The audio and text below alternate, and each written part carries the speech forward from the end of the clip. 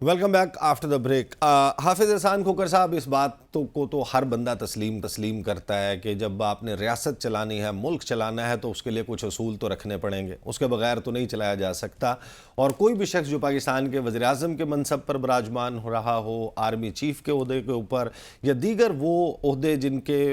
ऊपर रहते हुए आप तक सेंसिटिव इंफॉर्मेशन, हसास मालूमात, मुल्की राज, कौमी सलामती से मुतल्लिक चीज़ें शेयर की जाती हैं, ज़ाहिर है कि अगर उनको पब्लिक किया जाए तो उसका एक असर भी होगा और वो नहीं किया जा सकता। लेकिन वो लाइन कौन सी है जिसको क्रॉस नहीं किया जा सकता, और क्या इमरान खान ने वो लाइन क्रॉस की है? चाहे कारगिल का मामला हो, एटमी धमाकों का मामला हो, टोमाहॉक मिसाइल के रिवर्स इंजीनियरिंग का मामला हो, दीगर मामलात हों, in the line of fire, Pervez Musharraf साहब की किताब, दीगर सियासतदानों के एक्सप्लोसिव इंटरव्यूज़, बहुत सारी माजी में ऐसी तफसीलात जो कि अदरवाइज मीडिया में और पब्लिक डोमेन में अवेलेबल नहीं होती, वो बहरहाल आती रही हैं। तो वो कौन सी लाइन है, और क्या इमरान खान ने आपके ख्याल में प्रैक्टिकली वाकई ऐसा काम कर दिया, या chief executive of the country minutes of the meeting cipher को डी कोड करवाने के बाद उसकी जो मतन है वो शेयर करके फिर वो मिनट्स ऑफ द मीटिंग उसको बुनियाद के ऊपर उसको पब्लिक करके क्या वो वाकई इतने संगीन जुर्म का इर्तकाब किया है, या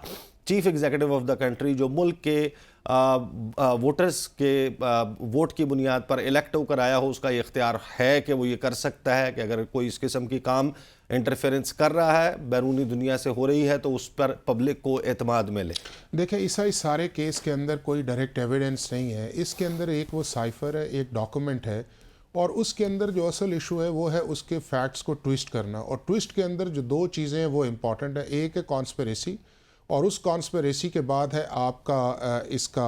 क्या नाम है, थ्रेट करना। अब दोनों चीज़ें जो हैं, जब आपकी नेशनल सिक्योरिटी की मीटिंग आई है, दो मीटिंग्स इस पे आई हैं जिसके आपने हवाला दिया है, दोनों के अंदर इन चीज़ों को सपोर्ट नहीं किया गया, चूंकि उन दोनों मीटिंग्स के अंदर आपके वो एम्बेसडर मौजूद थे जिन्होंने यहाँ के स्टेटमेंट दिए। और अगर आप दोनों मीटिंग के मिनट्स देखें तो उसके अंदर ये क्लैरिटी के साथ कहा गया कि इसके अंदर ना थ्रेट्स था ना कॉन्स्पिरेसी थी, बट जो बातें हुई हैं वो डिमार्शे के काबिल, और डिमार्शे उस चीज़ के अंदर दिया गया। अब बात यहाँ तक तो रहती तो बात ठीक थी, लेकिन अब बात उसके अंदर अगर आप corroborative पे चले जाएं और वो एक फैक्ट्स जो हैं वो आपके सामने आए, और फैक्ट्स डिस्क्लोज कौन करें? जो आपके क्लोज एडी हैं, जो आपके सेक्रेटरी हैं, और वो सेक्रेटरी ये कहें कि मुझे ये कहा गया है कि इसको हमने अपनी मर्जी के मुताबिक चलाना है और इसको हमने पोलिटिकली प्ले अप करना है। और वो जो ऑडियो आपके सामने आई है उसको आज तक जो है वो रिफ्यूट नहीं किया गया कि वो वीडियो एग्जिस्ट ही नहीं करती। अब अगर उस कॉन्टेक्स्ट के अंदर देखा जाए तो फिर एक क्वेश्चन मार्क बनता है कि क्या नेशनल सिक्योरिटी के मैटर्स को ट्विस्ट किया जा सकता है या नहीं, ये एक बहुत बड़ा क्वेश्चन मार्क है। दूसरा उस चीज़ के अंदर है कि वो शख्स जिसने उसको जनरेट किया है, वो नेशनल सिक्योरिटी के मीटिंग के मिनट्स, तो एक आपकी इन कैमरा मीटिंग है, वो कोर्ट ऑफ लॉ के अंदर आपसे आके ये कहता है कि जी मैंने इसके अंदर दोनों चीज़ों का जिक्र नहीं किया। और इन फैक्ट्स को जब स्ट्रेंथन वाली बात आती है तो आपका ही प्राइम मिनिस्टर का सेक्रेटरी जब अदालत के अंदर ये कहता है कि जी मैं इसको ओथ पे कहता हूं, तो आप कहते हैं मेरे ओथ पे, आपके ओथ पे मुझे यकीन नहीं, आप कुरान पाक लेके आए। फिर वो कुरान पाक आता है, उसके ऊपर आप हलफ रखता है, और उस हलफ के बाद आके बात जाती है। लेकिन जो इंपॉर्टेंट चीज़ इसके अंदर ईसा ये है, वो ये है कि हमें किसी न किसी जगह अब स्टॉप कर देना चाहिए इन सारे इशूज़ को। और उसके लिए इंपॉर्टेंट ये है कि जो हमारी लीगल मैटर्स हैं उसके अंदर पॉलिटिकल और ट्विस्टिंग और नेशनल सिक्योरिटी को हमें कंप्रोमाइज़ नहीं करना चाहिए। अगर ये केस प्योर लीगली लड़ा जाता, जिसके अंदर ये पॉइंट्स भी थे कि इसकी इन्वेस्टिगेशन वाला है, या वो साइफर किस जगह एग्जिस्ट करता है, या उसको क्रॉस एग्जामिन किया जाता, ये तो प्रोसिक्यूशन का काम था। सिंपल सा केस था प्रोसिक्यूशन का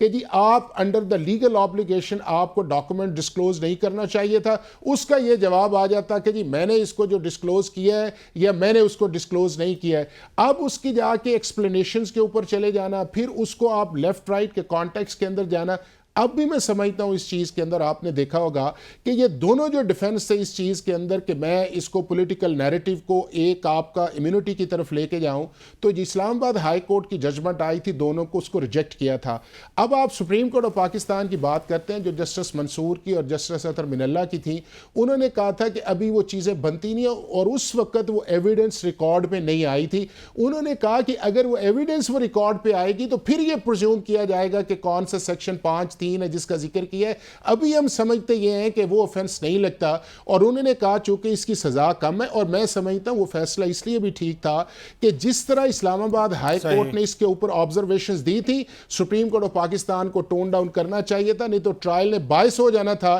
चूंकि फिर एविडेंस के बगैर भी आपको इस्लामाबाद हाई कोर्ट की अभी मैं समझता हूं कि अगर सिर्फ ड्यू प्रोसेस के ऊपर या क्रॉस एग्जामिनेशन के केस किया जाएगा तो ये मामला जिस तरह आगे 2 दफा रिवर्स हुआ है, ये रिवर्स की तरफ जाएगा और वहीं से स्टार्ट होगा जहां के ऊपर क्रॉस एग्जामिनेशन बनती है, लेकिन उसके लिए पॉलिटिकल और लीगल मेच्योरिटी का होना बड़ा जरूरी है। सही। राजा आमिर अब्बास साहब, मामला पाकिस्तान तहरीक इंसाफ ने ऐलान किया है कि हम इसके खिलाफ अपील में जा रहे हैं, और जैसे ही अपील फिक्स होगी तो पहली समाअत में ही ये फैसला जो है वो उड़ जाएगा। Do you agree? उनका कॉन्फिडेंस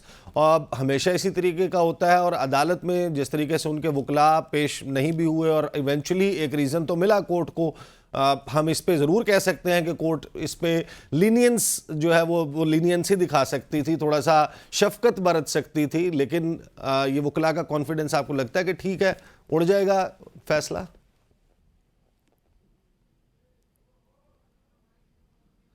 राज साहब, आपकी आवाज़, आपका माइक म्यूटेड है, आप अपनी आवाज़ ज़रा खोल लीजिए जी। नहीं राज साहब, आपकी आवाज़ मेरे तक नहीं पहुंच रही जी। अब ठीक है जी, जी प्लीज़।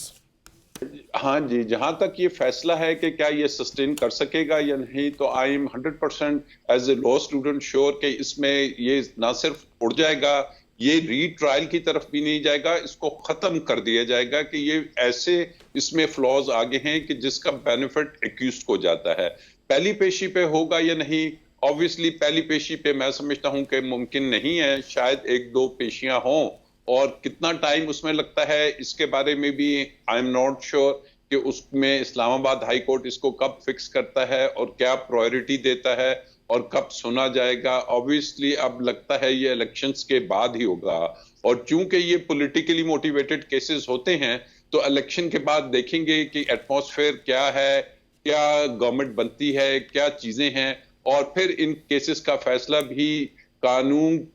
अपनी जगह पे, कुछ सर्कमस्टांसेस भी होते हैं जिनमें केसेस के, ये पॉलिटिकल केसेस के फैसले होते हैं, तो तब देखा जाएगा। बहरहाल कानूनी तौर पे in single liner I can say कि ये फैसला किसी भी स्ट्रेच ऑफ इमेजिनेशन से सस्टेनेबल नहीं है, ये बरकरार नहीं रखा जा सकता, और गालिबन ये फैसला इमरान खान और शाह महमूद कुरैशी के फायदे में जाएगा कि ये पूरा जो केस है ये कोलैप्स कर जाएगा और वेरी इजीली इस केस